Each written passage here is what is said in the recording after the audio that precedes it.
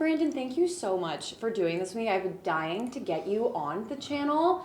I have adored you since the moment I met you in Arlington for your clients closing a few months Which back. was so much fun. It was so much fun. We still talk about it. Every time I run into them, they say it was the most amazing closing. They were not expecting that.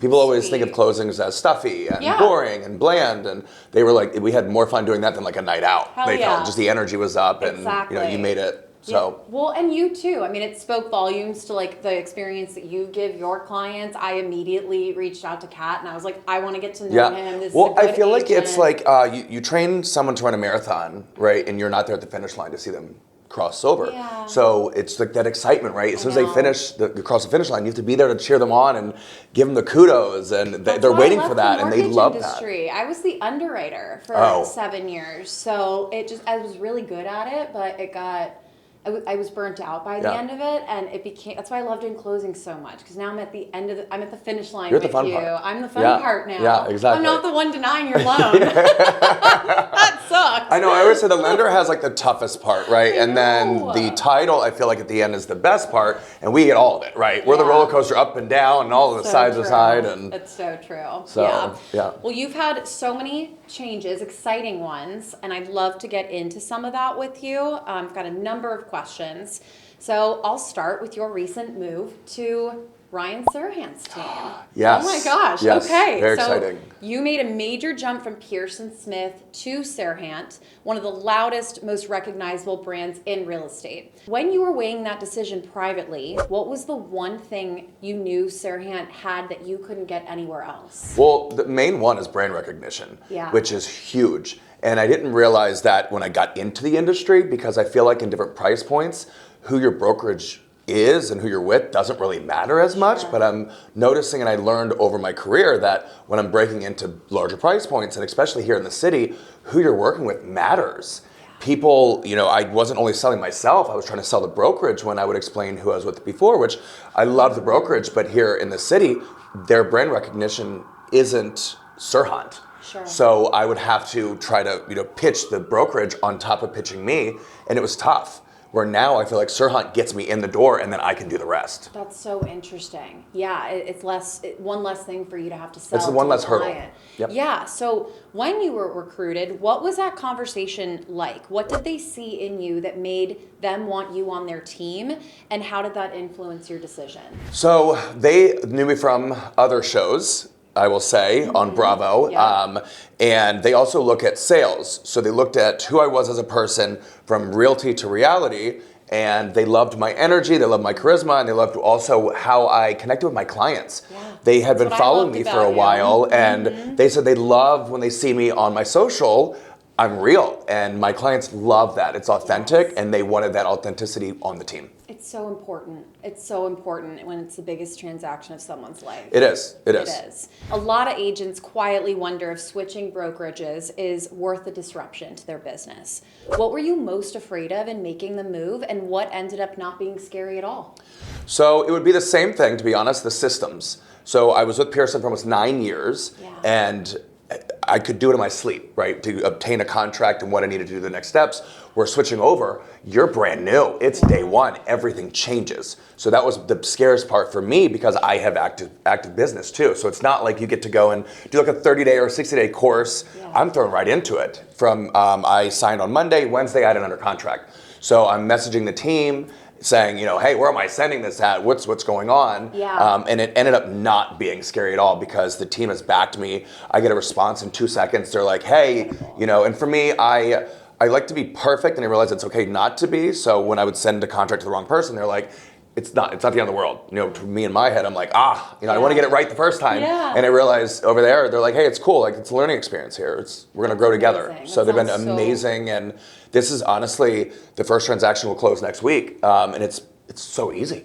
I can go sell more because they have all the systems behind me. I send them the under contract, the ratified, and I go sell more houses. And that's incredible. You don't have to think about all that other stuff. You can just, like you said, just go sell more. I can be in front of my clients more too. I'm not getting burnt out in the evenings where I'm on the road all day, and now I've got to do all the admin stuff, and then I couldn't be there for my clients the way I wanted to be there. It's one of the benefits of being on a team as well within the brokerage. It is. So real talk. I mean, you kind of mentioned this earlier. So one of my questions was going to be buyers and sellers always ask, does the brokerage really matter? And in your own words, what will they feel differently now that you're supported by Serhant? So I had made a switch before, briefly to Compass. And I felt like the only people that really noticed the brand change were other agents. I didn't feel like clients. I felt like they, couldn't care less. But this switch to Serhant, the people that are reaching out to me to congratulate me because they've recognized that brand from Bravo, from TV, from it hitting the DMV, the DC market. I'm seeing that they're noticing it. It's not just people in the industry, it's people outside of it.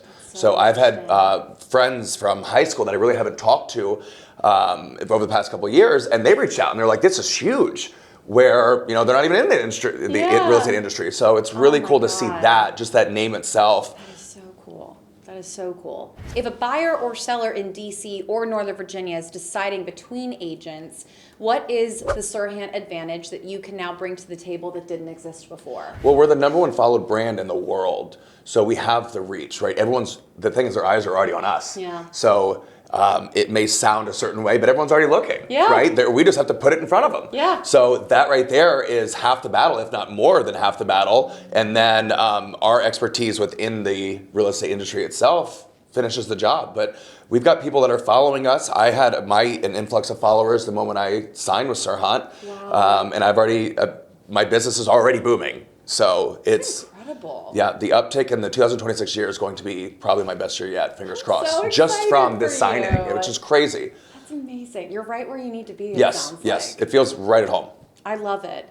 So correct me if I'm wrong, but I feel like Serhant is known for its content-first approach. How do you see yourself using that machine, whether it's media, coaching, branding, to elevate your listings and your reach in the DC, Maryland, Virginia area? So their digital footprint has already taken over, and they just got here. I believe this is 9 months into the DC. So it's pretty new. But we've got features that we're able to tap into that are only available at Serhant, at the Serhant Group, such as, for example, I have a new listing that went live today, and it was sent out to every agent within a certain mile radius that has sold or bought a home of the same or similar value. That is only available at Serhant. So now these agents who may have a buyer, they received an email this morning. So that right there already pushed it out more than any other team could, because that is only access to us, to Serhant team members. This is huge. I'm learning a lot. Wow, that's incredible. You've always had a strong personal brand. How does Serhant help you double down on Brandon instead of diluting your voice? So I've always tried to figure out how I could incorporate the Bravo Brandon to the real estate Brandon. And it was tough before, again, with the brokerage. With Pearson Smith, again, love the brokerage. It's an amazing brokerage. The relationships I had there were absolutely, I miss them, I do. But seeing how Serhant and Bravo and, my Bravo experiences, they're all kind of getting intertwined, and I'm able to push them on social media. So it's the same connections and same networking now, as opposed to before. I felt like they were very separate. My real estate world, my reality TV world, they really didn't mesh. So, and now it just fits. It's like and I'm noticing that with people's responses. They're coming in saying, we've been waiting for this. People that I haven't talked to in years are like, this is for you. This all makes sense, because they know that Serhant, Brand, and Bravo just fit, hand in hand. It just makes sense. I love it. So every brokerage promises support. Sometimes they don't always deliver. What does support actually look like inside Serhant day to day? So I feel like I was expecting, when I went through my interview with them, that I was, they were going to offer the world and I was going to get an island, but I got the world. So I'm noticing that from day one, it's so much easier on what my plate looks like, because, like I said earlier, I'm handing over these contracts and they're taking over the rest. Whereas before, if I needed to negotiate a contract and I'm on the road, I would have to pull over, find a spot, or it would just wait. And then that's precious time. Where now I make a phone call and I've got a transaction coordinator who's sending contracts back and forth for me. They're uploading social media posts for me just to approve to get going. Yeah. I was just getting my hair cut, and today was a busy day for me, but I got a little post that says, hey, your listing's live, share this to your social media, where I probably wouldn't have done it till this evening. So there's things like that where it's just easy. I'm like, yes, perfect. And I can stay in front of my clients. I can stay doing, what I love, as opposed to, like I said earlier, getting the burnout. But this team has really helped me. This RAZR Group, every step of the way, from the signage to new headshots to marketing to the questions I have, to even just mentorship. We're always learning, we're always growing, we're always developing in this industry. It doesn't matter if you're a year 1 agent or a year 20 agent, we're all still learning. Exactly. So it's nice to have the team. Yeah. And MJ is the team lead, and I have him to say, hey, I can bounce ideas off of him. And it's really nice to have that, because I know he genuinely has my best interest at heart. Definitely. So it's really nice to have that. Yeah. Absolutely. I mean, when you have the right people and the right team together, like, it's not your competition. You're each other's support. You're each other's comrades. It's so nice too to not just be able to learn from your own experiences, but to look at your coworker and be like, yeah, we had this weird deal last week. This is what happened, and now you've learned something if it happens. Yep, and we pass it along, and it's not that we do this industry because it's a tough industry. You really have to love what you're doing. Yeah. And it's not that we do it for the kudos and we have to get someone pat our back all the time. But this team, every time someone has a new listing or an under contract, we every week start our Tuesday off on the team with wins, and we go through and we talk about our wins, and we just pump each other up. And it's just nice to have that. It just, amps you up and gets you going. Yeah. And the team, on the social media posts are like, let's go. They're sharing it. They're helping you.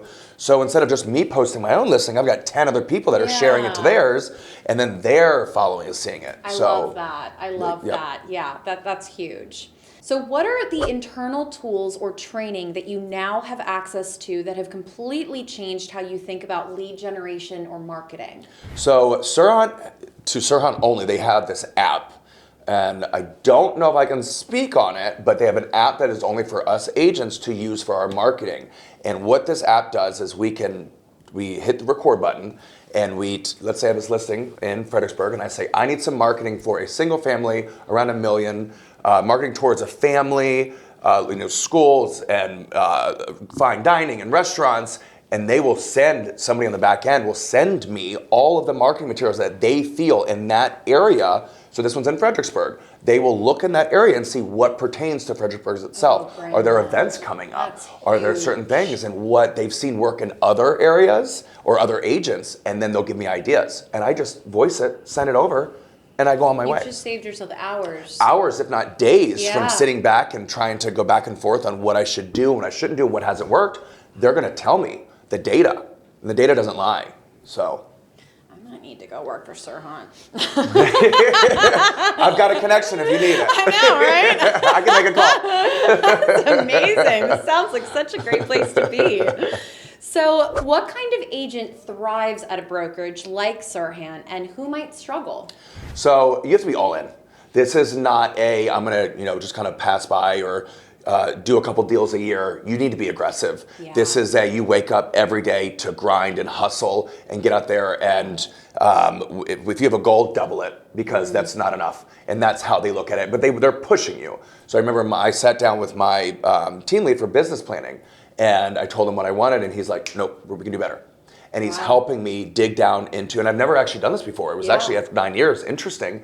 And he broke down where my sales came from and what market area and the time frames and how I should really tie into that more.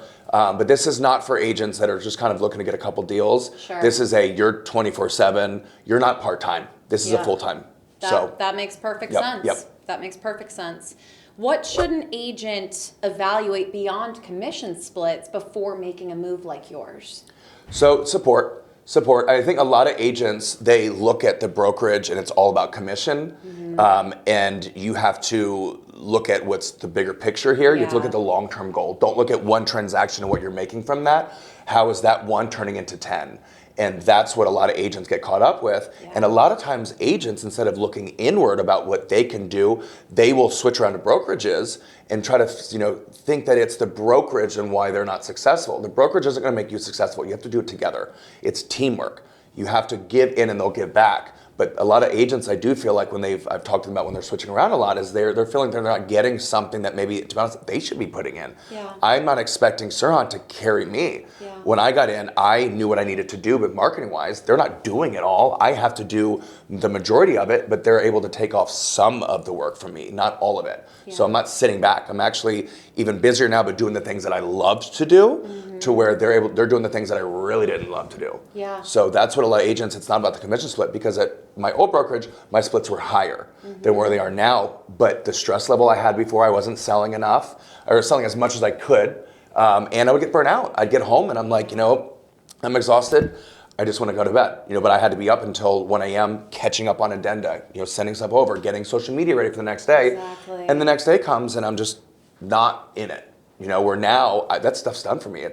So people need to realize that it's not about commission. The money will come.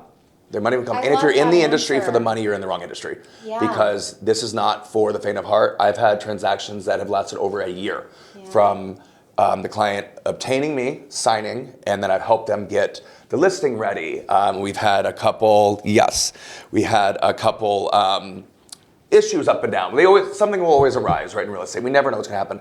But that turned into a 13-month transaction. Yeah. And the thing is, I got very close to my clients, and I'd love and adore them, but people have to realize it's not just about the money. So Yeah, exactly. there's a lot to this. There is, and I love everything you just said too, because a brokerage might pay you more, might let you keep more of your commission, but you're not getting the same you might not be getting as much support. So in the long run, are you making more money? Right. Because if you're going to burn out eventually because you're doing it all on your own, Right. there's If you are, let's say you make GCI 100K a year, and the one brokerage is 100%, so you take all the 100K, but another brokerage is 75, but you're able to make 300K.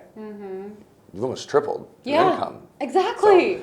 So you have to look at, again, long-term, not individual transactions. Look at your longevity within the industry. Exactly. I love that. All right, so shifting gears now that Miss Ella Bean has decided she's going to be sitting with you for this portion. Welcome. We have to go there. Your visibility from below deck puts you in front of a massive audience. How has being on Bravo changed the type of clients who reach out to you? So Bravo's given me the platform and the large audience. Oh, I bore you, huh? Not a Bravo fan. Not a Bravo fan. Okay. But a Brandon fan. But a Brandon fan. All right, that's fine. We'll deal with that. I love it. So Bravo has given me a huge platform and has put me in positions and in rooms with large names, celebrities. And when I would open up about my professional life, the question was always asked who I'm with. And I did feel like it was a deterrent when I had to then again explain, who I was with and the brokerage. And it's a smaller boutique brokerage out in Ashburn and how I started. And I feel like I spent a lot of time explaining that as opposed to just going into who I am. Yeah. And I would see other agents in the area who they were with different brokerages and their names, and they would get business where I'm like, I'm on Bravo. Like, this should be an in for me, but I'm spending all this time explaining the brokerage and who I'm with. So I feel like now I'm able to just kind of tie it in, and it's like Bravo Brandon meets Serhant. Oh my gosh, I love that. Yeah. It's taken a lot less.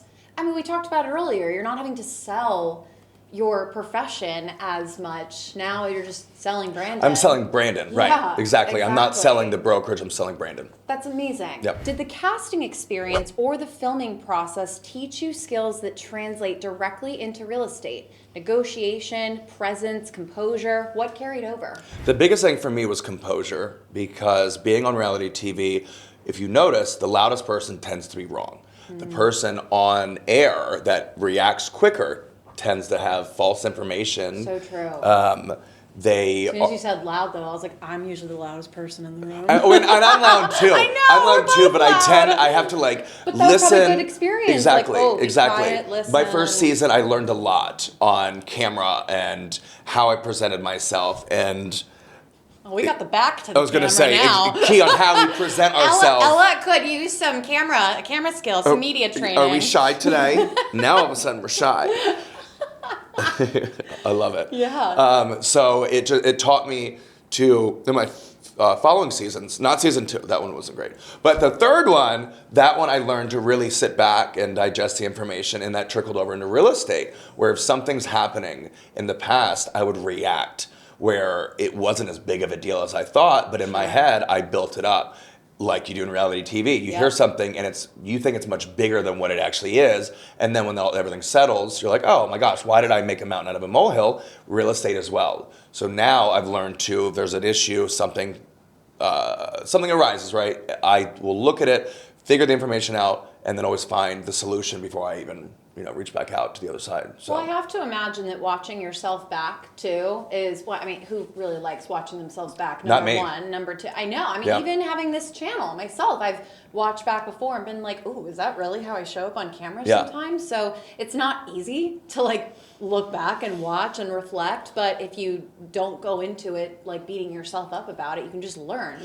And that's the key right there. It's learn from it. And I co-host on DCW and Lion Lunch Hour and Celebrity Dish and all that. And and I've been on air for 4 years now. And there's so many things that I still try to pick myself apart. And I have to tell myself, honestly, you're your toughest critic.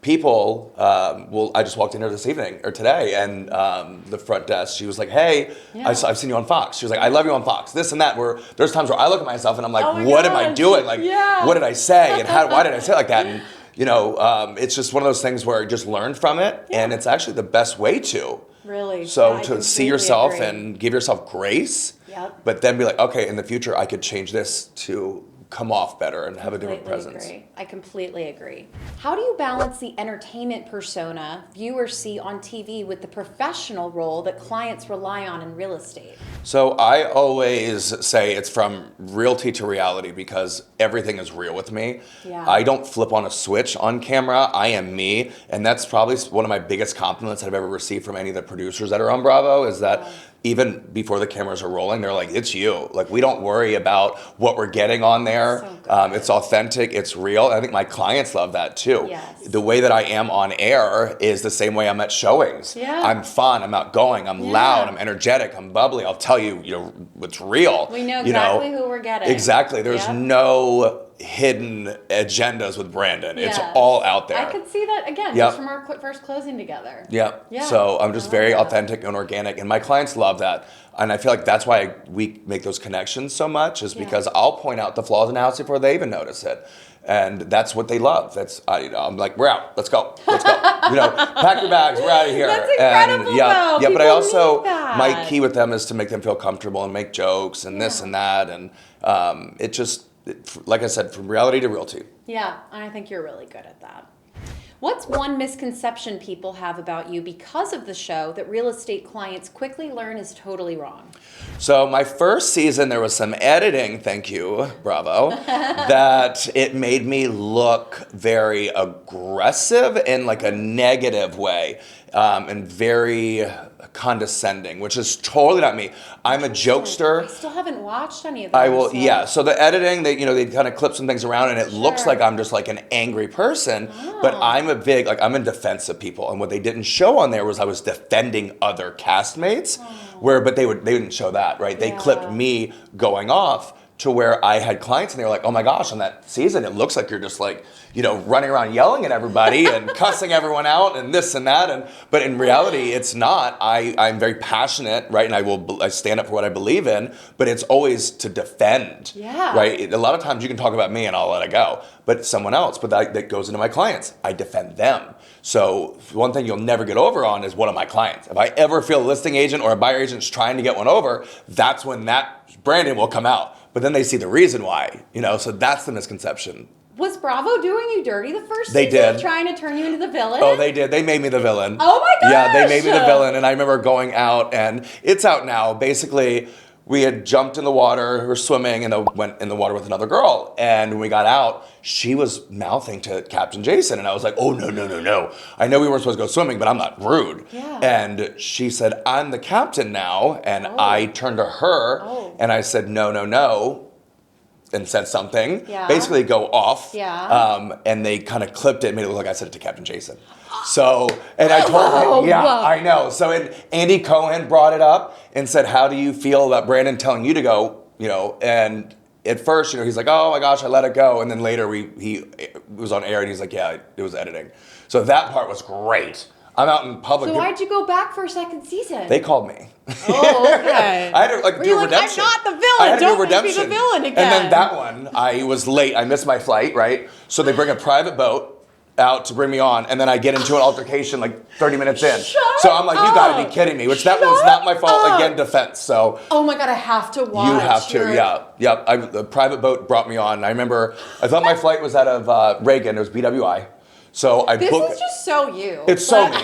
It's so me. I book it to the airport, right? And I get there and I go around to everybody, right? And I go to the front. I'm like, I got to be on this, the show. I got to be on this flight. And she's like, you missed it by a minute. So I'm like almost crying, right? Because I'm like, the producer's gonna kill me. So I call them and they're like, Brandon, don't worry. We'll bring a private boat for you. And I'm like, you mean it? You promise? I'm like, put my bags down. You mean it? Put my bags down. They're fine. Okay. All right. So I'm telling you, so the rest of the cast, they go on, right? And I get there the next day, flew out of here at 5, landed in Florida at noon, landed in, the Caribbean at 3, was on a van, mic'd up by 4, you name it, and it was on the boat by 5 with the private escort on. And they're all like, oh, you have to have your own boat, right? So, diva. oh yeah, literally diva to the max. Oh my God, he's no longer the villain, but he's coming in as this season's diva. And that's where I met one of my very best friends, Barbie, who is a stew on the show, and she had Prosecco waiting for me, and we bonded on that little boat, which is crazy. And that's probably one of the best parts about the show, I'll be honest. The relationships I've made with the cast, they're lifelong friends, and we bond quickly. And Barbie is someone who I talk to frequently, I talk to all the time, and you might see us again together soon. That's incredible. That's so exciting. I love this stuff. I have to go watch it now that I have all this additional content. That's what I always tell people. No, don't watch it. I have to. It's so good. All right. So you are an openly gay agent working in a region that is diverse but not always consistent. What do your LGBTQ clients tell you they value the most in having an agent who shares their lived experience? So when you're able to put yourself in someone else's shoes, you become so comfortable with them in the matter of seconds.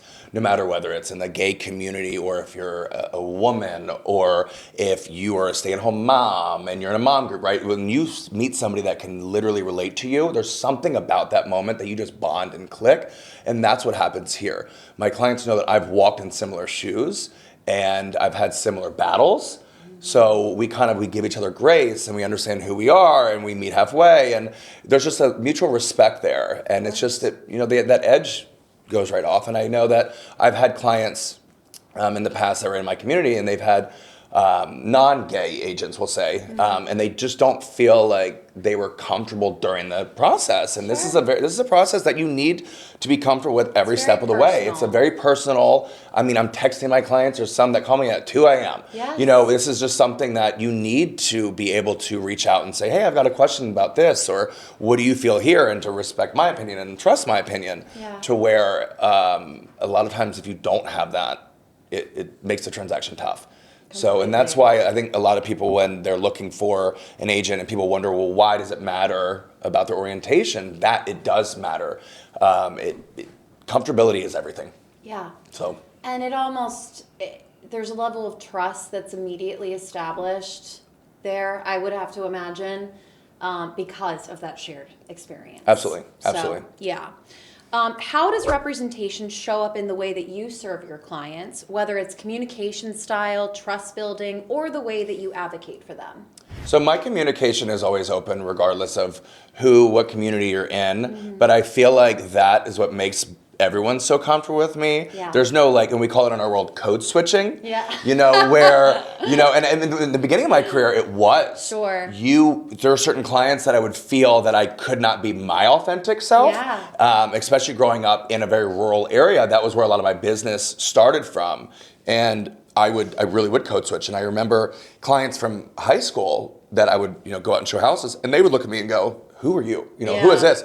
Because let's say I'm meeting a listing agent out in a Haymarket, and I switch over, and they're like, who's speaking right now? Who's he? And I'm like, oh. I know. And so I've just over time gotten really comfortable with who I am, glad. and that trickles into both sides. It does. Well, it reminds me of the videos that you might have seen on social media where I relate to this as a girly. Like the videos where, you know, a gay man is on a hiking trail passing by a woman who's by herself and he's like, hey, what's up? And she's like, keep walking because we don't feel safe. But then you're like, oh no, girl, it's fine. Like and then we're immediately like, oh, I'm good. How 100%, are you? 100%. Like, so I walk everywhere in the city, right? And this is, I'm telling you, the amount of times that it's happened, I walk fast. Right, so I can imagine, you know, when a woman is walking, especially at night, and I'm kind of hustling up behind, the way they will turn, and they're always nervous, but then apparently you can tell, you know, so they turn and they double take, and then you see them go, oh, I'm safe. 100%. You know, and I'm telling you, it's 10 out of 10 times. And the amount of times, I actually met a girl that lives in my building, and we've hung out and had wine because we were walking home, and it looked like a bicycle was following her. And she finally turned, she was like, oh my God, okay, you know, bestie, this and that. Immediately, we started chatting in the elevator, and we connected information, and we became friends. Who would have thought walking on the street, you know, just to make friendships like that? It's true. Same for me. I'm very aware of my surroundings. You know, even with Ella, she's also just a girl. So even though she does look out for me, we're both just girls. But yeah, immediately, if I didn't know you, but I know how you walk. So if I like turned around and saw how you walk, you're like, oh yeah, I'm good. You know, but yeah, if you had code switched out there, like, and you're doing, I would probably be more cognizant. Absolutely. Like looking back, turn, like take an AirPod out so I'm listening. Pause your music. You're aware. Absolutely. Exactly. Yep. Exactly. That makes me so happy that you were able to start feeling comfortable in your own skin that Thank way. you. So what's one thing that you wish more people in our industry understood about the experiences of LGBTQ buyers and sellers purely from a human standpoint? So I feel that my buyers and sellers get much more comfortable with me knowing that I'm in the community because I feel like both parties feel safe. And by safe, I mean you have a heterosexual couple. He is not feeling threatened with me with her, and she's not feeling threatened with me with him. And it just, there's like this edge that's dropped off. And I remember having a conversation with another fellow agent, and she said that she has had issues with that, where she has to, you know, make sure she addresses the man first. And, you know, she's never in a text thread with just, she would make sure, she addresses her first, not the man. And the text thread, it's always a group chat. And to me, I didn't even think about any of these things, right? I'm texting separately, and I even have it to where my clients are so comfortable where a lot of times the husband will say, you two go find the house, and if we like one, I'll come see it. And there's just a different energy when we go look at houses, and I can, to be honest, I can kind of flirt and be fun and be Brandon to both parties, and both of them just kind of, you know, they flirt back. And I remember one of the jokes I always make when I go into the bathrooms, I'm like, oh, you know, they're like, oh, it's a his and her sink, and I'm like, it can't be his and his, you know, and then, you know, the husband's like, it is when you and I move in. So, and it just makes it so much more comfortable, and I'll make jokes, and I'm like, this is my closet, right? And I'm like, you putting me back in one? So like all these jokes that you can make. And I feel like people just, they gravitate and they're just relaxed, where I feel like another agent who is not in my community making a joke like, is this my closet? Would he or her take that as like what is this? Right? Are you guys texting? Right, we're about to turn on the housewives. Like, what is it? So I do feel like that is a perk on our side, and I have talked to clients about that, and they have said, they're like, we are so comfortable with you. I mean, that's so true. Even just from a title perspective, when I'm doing closings, you know, as a straight woman, if it's a straight couple, you know, same thing. I always address her first, of course. You know, I never want it to look like I'm favoring your man. You know, it's not like that. And that's something that's always up here for you, and it's never here for me. Exactly. So, and it just, it helps me just connect with them. Yeah, you know? Absolutely. Yeah. Are you comfortable over there, Miss You comfortable? You need to. Am I embarrassing you? Am I embarrassing you? She's like, I'm trying to take a nap, Brandon. I know. Do you feel a responsibility, or maybe even just a personal goal, to be visible in the industry for others coming up behind you? Absolutely. I know how it feels to be a new agent, and I had so many great mentors. So for me, I want to be that person. I have a lot of people that reach out to me, and I'm real. I have people that will reach out and say, hey, do you think I should get in the industry? And I'll tell them at certain times, I don't think now is the right time. Or I'll ask them real questions like, why are you getting into it? What's your why? And for the majority of it, I've had the response of like, I don't think your why is enough. And that's what people need to hear. I think people the test, you take a 6 months course, you get into real estate, and they think they're going to get a listing the next day. It doesn't work like that. But I also want to be that resource to any other agent that can reach out to me, and they do, and they say, what am I doing to get the business? And I love sharing that, though. I love mentoring other agents, and I love seeing them succeed. So there's several agents that are back in my other brokerage that now they're keeping up with me, and I'm like, what are you doing? And sometimes I'm asking them now, and I'm like, wait a minute, how'd you get this client? And go back and forth. So, but I love seeing that, and there's enough business out there for all of us. I truly believe that, and I think being open, to helping other agents does come back in return for you. So I completely agree. I love that answer. So if someone is watching this and they decide they want to work with you, what is the experience that you would want them to expect from start to finish? From start to finish, organic, honesty. I'm going to tell you exactly how I feel, and I'm not going to sugarcoat anything. And that's, to be honest, what you want. I'm not here to make you always feel warm and fuzzy, right? This is a business transaction. I'm here to take the emotion out of it, right? Buyers and sellers are very emotional. Okay, I'm here to keep the professional side in there and explain the pros and cons of each decision. So that's something with me. You're gonna get realness here. You're gonna have hard conversations. I remember one of my clients who we got real close with in Haymarket, and we went through some trials and tribulations, we'll say. And I remember I was able to joke with her, and I would say, because we would go back and forth, right? I'm very honest, right? I'm not gonna sugarcoat. And I would say, I'm hanging up, take a Xanax, call me back, right? And she would, Brandon, I'm like, I'll call you back. And then she would call me back and relax. So at closing, and we love this woman, right? We're like this.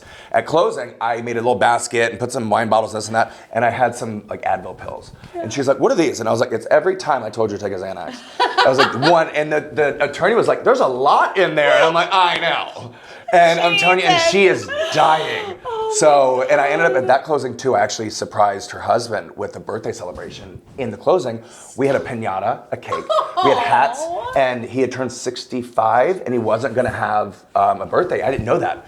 I just knew it was his birthday because of signing and all. I have his birthday in my database. So I was like, oh, let me celebrate. So that whole transaction, that's what you're gonna expect, right? You're gonna get the basket with fake Xanax for the amount of times I told you to chill, take a chill pill, we'll say. And then, surprise birthday celebration, and we hit the piñata. And so it's those moments when she texted me, and he was like ex-military, very, macho.